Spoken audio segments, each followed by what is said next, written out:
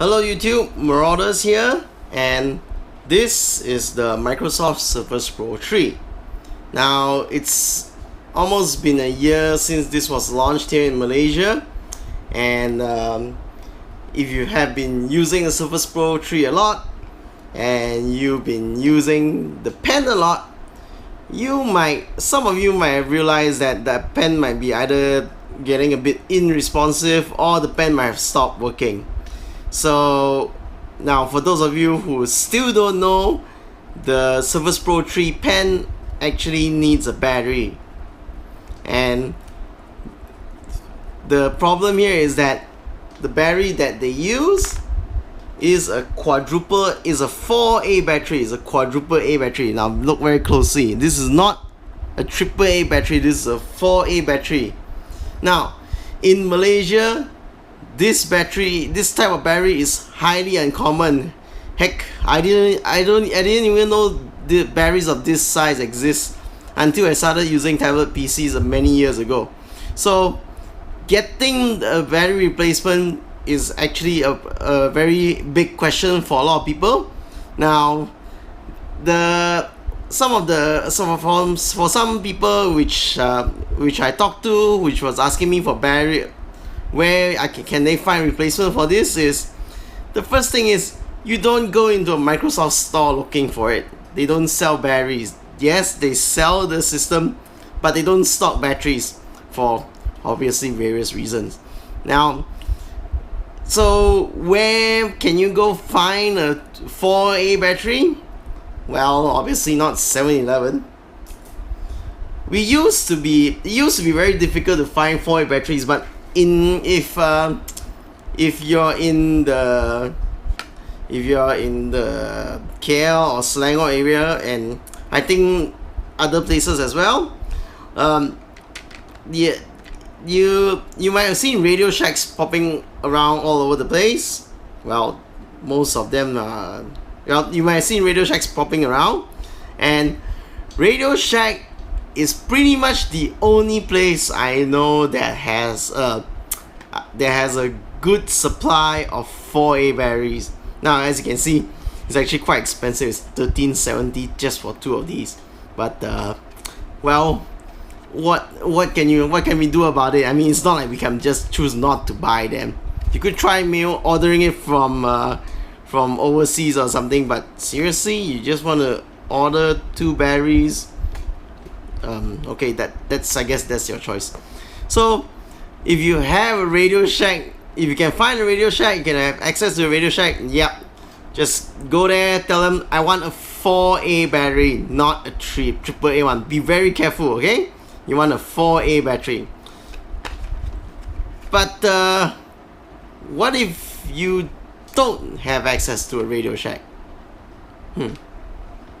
So the main other way to get a quadruple A battery is to harvest it from a 9-volt cell, as some of you might have undoubtedly has read from the internet.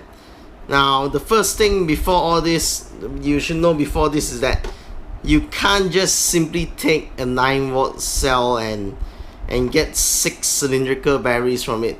Okay? Cheap batteries might use alkaline packs instead of the cells that you see. So when in doubt, go for the expensive batteries like an Energizer or maybe a Duracell. The other thing here is that even though if you see me, the way I open it now is every manufacturer has their own way of wrapping the batteries, so it's different for everyone. And of course, one thing I should remind you is that this is very dangerous. Okay, we're gonna be prying apart metal sheets that are obviously sharp, and you're not supposed to be meant to do this. So be very, very careful. Be absolutely sure what you're doing before you do it. Okay. So now I'm gonna pry it out.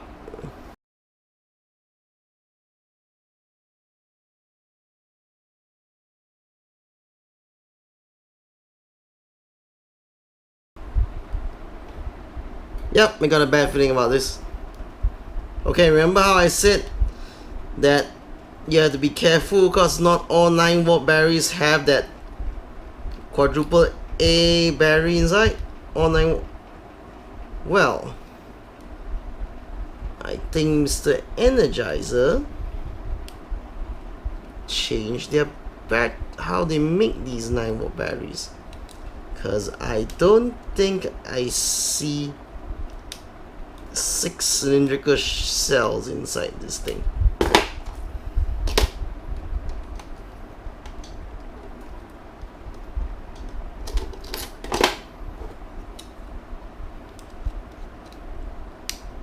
Okay. Oh, yep. Okay, that's a bus. But at least you can see it here. So as you can see, this battery, let's get rid of some metals here. Okay, so what we have here is a 9-volt cell, but instead of having 6 quadruple A size batteries in them, this thing is using 6 alkaline packs. So basically they are batteries, but they're just not in the typical cylindrical shape. Well, that's a bus.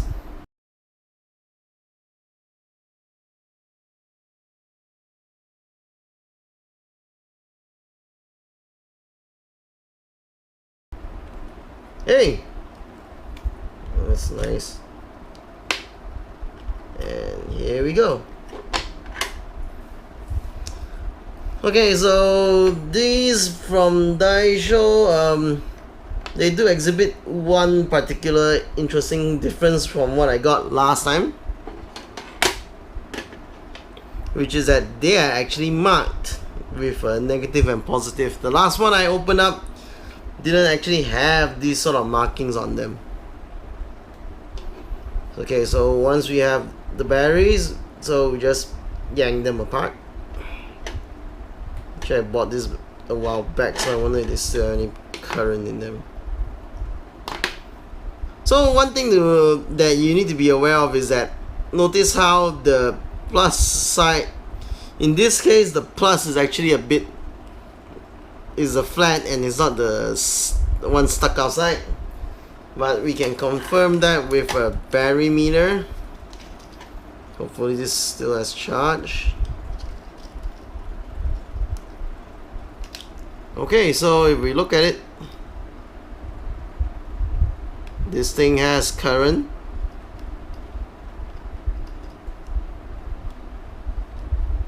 Well, when I get it, dude.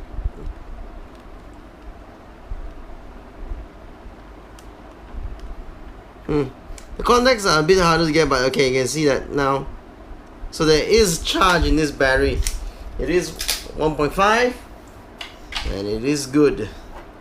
Okay, so here's one of the harvested batteries that we have, and I'm gonna open up the pan.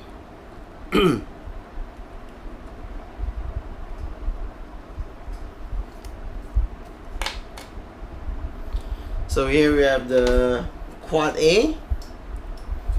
Now if we take a look at it, you can see that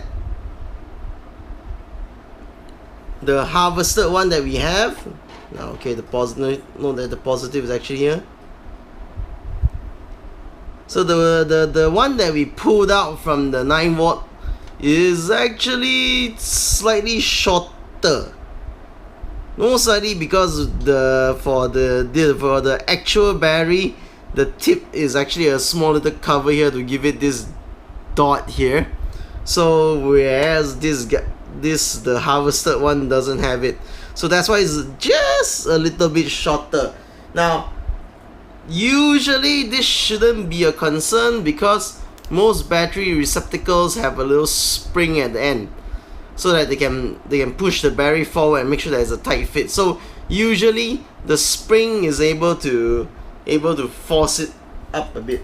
Now of course, that's why if you can't get a good contact with one of them, remember that when we pull them out, we had these little bits of wiring or something on it. So if you folded it up or something, you can get it to bulk it up, make it a bit thicker so that you can reach the contact. But hopefully in this case we don't need to do that. So I'm going to take this. So the positive is actually at this end.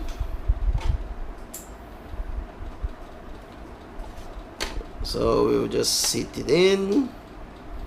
Now be very careful when you handle these things, because remember, they weren't meant to be handled by openly like this. So, and they might still be leftover metal or something from when it's inside the battery when we cut it out. So be careful not to cut yourself. Seriously, this is you only do this as a last resort. I really don't recommend you having to do this unless you absolutely have to. Okay, so let's test it out. Yep, we have pen works. Hooray!